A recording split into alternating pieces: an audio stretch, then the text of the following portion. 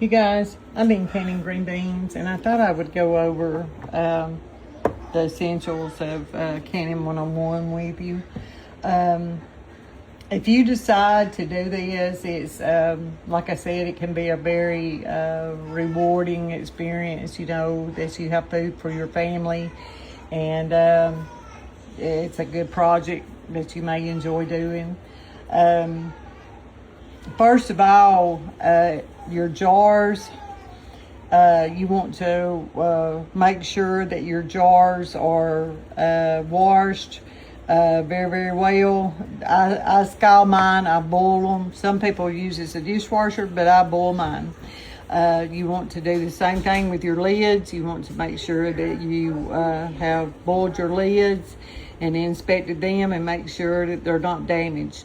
Don't use, I would suggest that on when you're canning this many beans at one time, I never use my lids, reuse my lids. I always just sometimes reuse my rings because of the fact that, you know, you put in all that hard work, and if you use a used lid, then you take a chance on it, it might not seal. I mean, you can reuse them on some things, but myself, when I'm canning this much, I don't want to take that risk.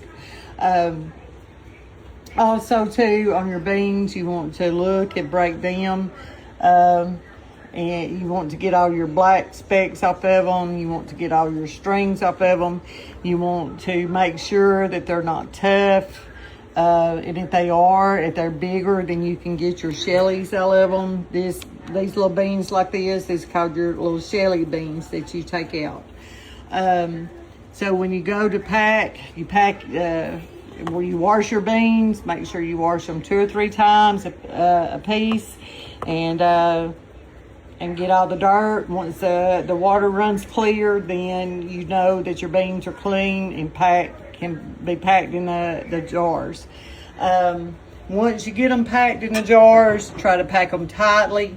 You want them to come up to the rim of the jar, the first middle ways of the rim. I kind of pack mine pretty tight, and then pour the water.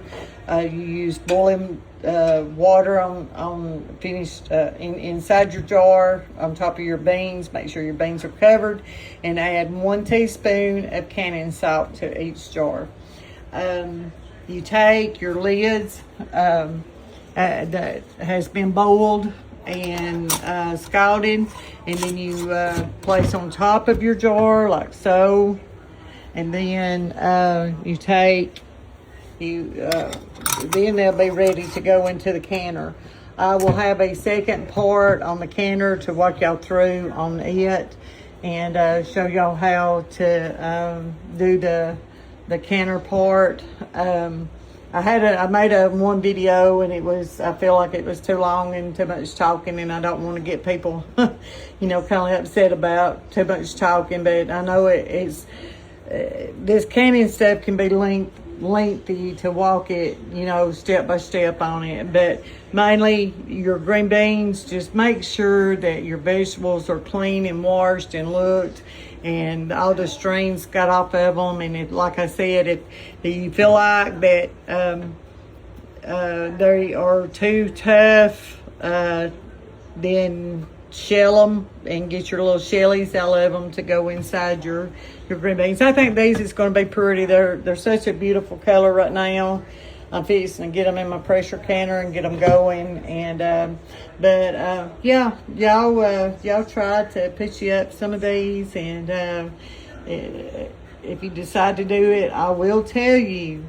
And this stuff is work, and if you're not dedicated to it and picking it when it is supposed to be pick your vegetables and stuff, I'd say don't do it. Just go buy your stuff, because if you let your vegetables stay out in the garden too long, they will get tough, they will get big, you can't use them, and it will just be stuff to be thrown away. But if you are dedicated to it and you want to learn to can, then I'd say do it and treat your family with some goodness for the winter time. But anyway, I'm going to go, and I'm done for the evening, other than getting my pressure canner going, and we will talk with you later. Y'all be cool.